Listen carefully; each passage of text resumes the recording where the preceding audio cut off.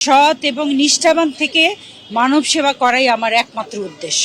আমি আশাবাদী দল আমাকে মূল্যায়ন করবে, কারণ আমি 18 সালে নির্বাচন করেছি অনেক বিপর্যয় একটা পরিস্থিতির মধ্যে।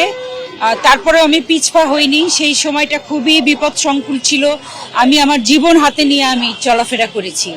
আর তারপর থেকে আপনারা জানেন যে 13 সালে আমি বিএনপিতে যোগদান করার পর থেকেই কিন্তু আমার ক্যারিয়ারটা একদম নষ্ট করে দিয়েছে তারা। আমি অবরুদ্ধ ছিলাম, বলা যায় এটা একরকম বন্দী ছিলাম।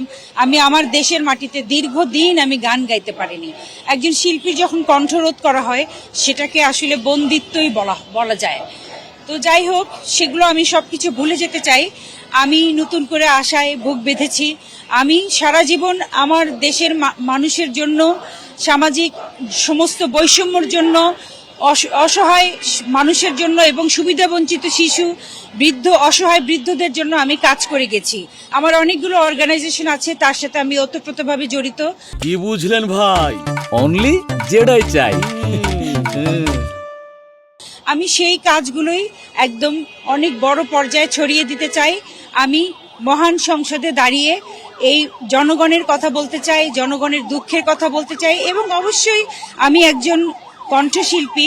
সেই জায়গায় থেকে আমাদের শিল্পীদেরও যে যত রকম সুবিধা অসুবিধা আছে সেগুলো নিয়েও কথা বলতে চাই।